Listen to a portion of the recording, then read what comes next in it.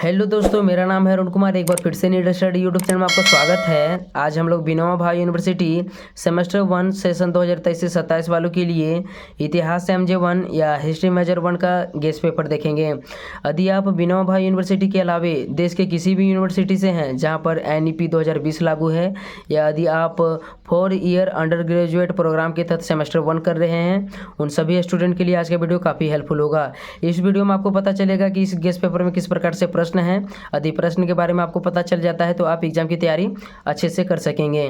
तो चलते हैं हम लोग देखते हैं आज का गेस्ट पेपर।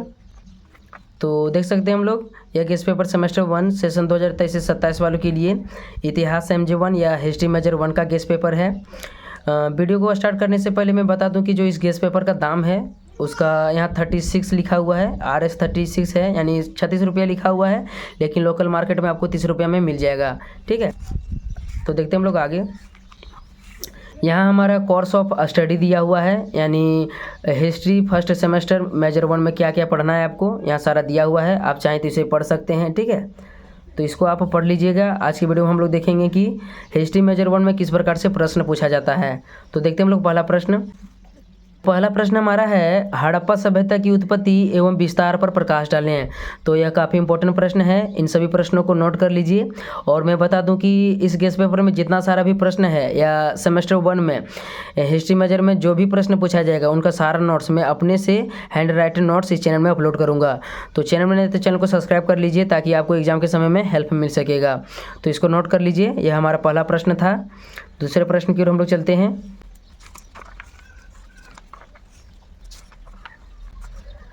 दूसरा प्रश्न हमारा है, हड़प्पा सभ्यता की मुख्य विशेषताओं का वर्णन करें। तो यह भी इम्पोर्टेंट प्रश्न है, यानी आपके एग्जाम में हड़प्पा सभ्यता से रिलेटेड प्रश्न रहेगा। तो इन सभी को नोट कर लीजिए जल्दी जल्दी से। देखते हैं हम लोग अगला प्रश्न को। अगला प्रश्न हमारा मिल गया है, यहाँ थोड़ा सा नीचे में है, इसको देखते हैं जूम करके हम लोग। तो अगला प्रश्न हमारा है, हड़प्पा सभ्यता के पतन की विवेचना कीजिए। हड़प्पा सभ्यता के पतन की विवेचना कीजिए। तो हड़प्पा सभ्यता से रिलेटेड ज़्यादा प्रश्न रहता है सेमेस्टर 1 में, ठीक है, और एग्ज़ाम भी आता है। तो इन सभी को नोट कर लीजिए। देखते हैं हम लोग अगला प्रश्न। तो अगला प्रश्न हमारा मिल गया है, हम लोग देखते हैं इसको जूम करके यहाँ थोड़ा सा। तो अगला प्रश्न हमारा है, उत्तर वेदी कार्यों की राजनीतिक, सामाजिक, आर्थिक एवं धार्मिक दशा का वर्णन करें। तो इन सभी को नोट कर लीजिए।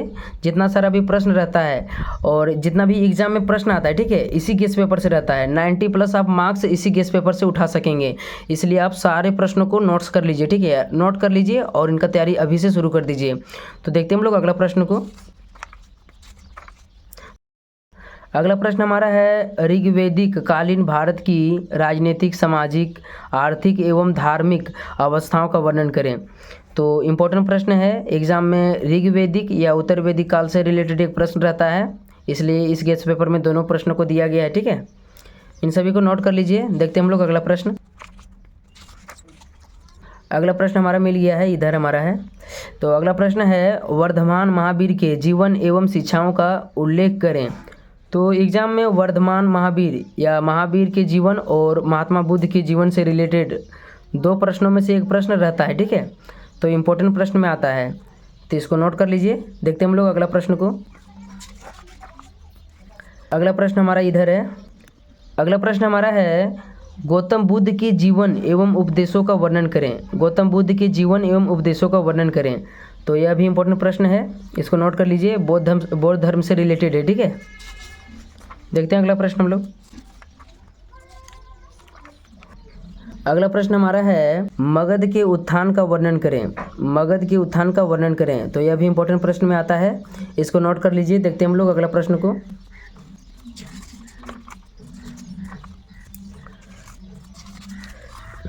अगला प्रश्न हमारा है, चंद्रगुप्त मौर्य के जीवन एवं उपलब्धियों का वर्णन करें। चंद्रगुप्त मौर्य के जीवन एवं उपलब्धियों का वर्णन करें। तो यह भी इंपॉर्टेंट प्रश्न है, इन सभी को नोट कर लीजिए। इसका आंसर इस चैनल में जल्दी ही अपलोड हो जाएगा।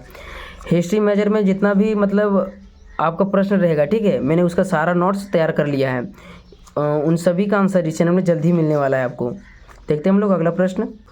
अगला प्रश्न हमारा है, अशोक के धम्म की अवधारणा की व्याख्या कीजिए। धर्म प्रचार के लिए उसने किन तरीकों को अपनाया। उसके बारे में बताना है। यानी कि अशोक का जो धर्म है, ठीक है, उसके बारे में बताना है और उसने धर्म प्रचार के लिए या धर्म प्रचार के लिए किन किन तरीकों को अपनाया।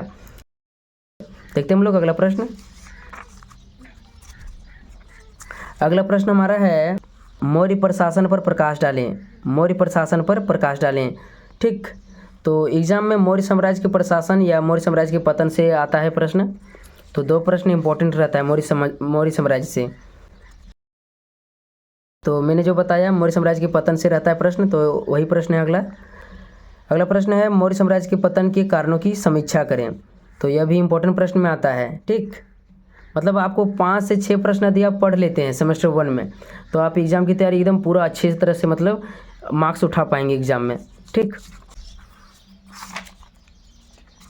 तो यह हमारा आखिरी प्रश्न था। इसमें आगे हमारा वस्तुनिष्ठ प्रश्न दिया हुआ है, यानी ऑब्जेक्टिव प्रश्न है। तो इसमें जितना सारा भी ऑब्जेक्टिव प्रश्न है उसके लिए भी एक मैं अलग से वीडियो लाऊंगा। बाकी वीडियो अच्छा लगा हो तो एक प्यारा सा लाइक कर दीजिए और चैनल में तो चैनल को जल्दी से सब्सक्राइब कर दीजिए। व्हाट्सअप और टेलीग्राम का लिंक डिस्क्रिप्शन में है, वहाँ से जाकर ग्रुप में जुड़ जाइए।